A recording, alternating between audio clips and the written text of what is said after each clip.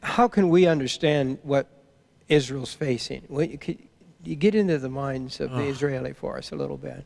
Yeah, I think the closest we've come to understanding the challenges and the unstable environment that Israel faces happened on 9/11, when we experienced terrorism, true terrorism, for the first time. And I think it was short-lived.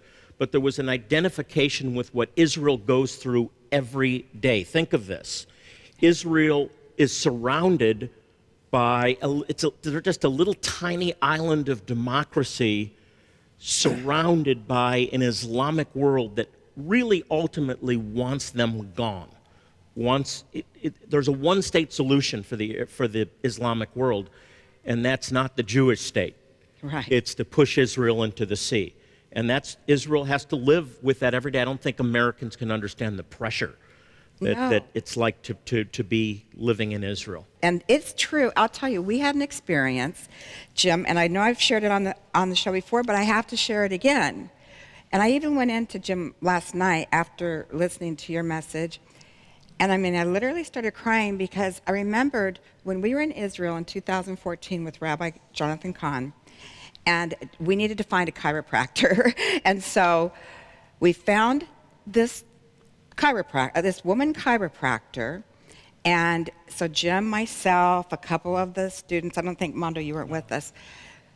So we got into a cab, and the cab driver had the radio blaring, the Jewish cab driver, and speaking Israeli. And I'm like, what's wrong? What's going on? And then he tried to tell us that rabbis had been killed. And so we get to the chiropractor. We go up these little flight of stairs. It's a tiny little office. And it's a woman chiropractor.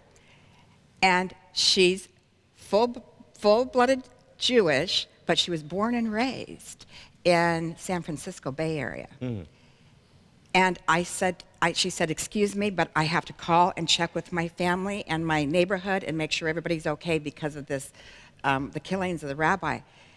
And I said, what are you doing here? Why are you here in Jerusalem in this tiny little spot? And she said, I can't explain it, Lori. All I know is I felt led to come back home. Mm. She wasn't a born-again believer. She was a Jewish woman who just felt led to come back home. And that's what's happening.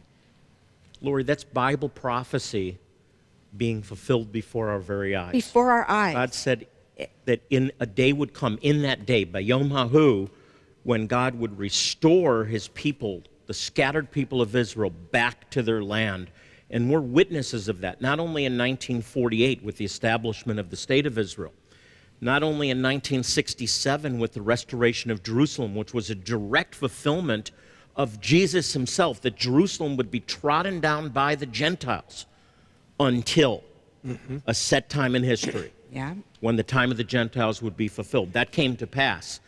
And the Jewish people now returning from the north, Jeremiah 16, that God will no longer be known as the God who brought us up out of Egypt. This is the watershed event in Jewish history, the Exodus out of Egypt, but will be known in the last days as the God who brought us back from the north. It's not North America, it's not North Carolina.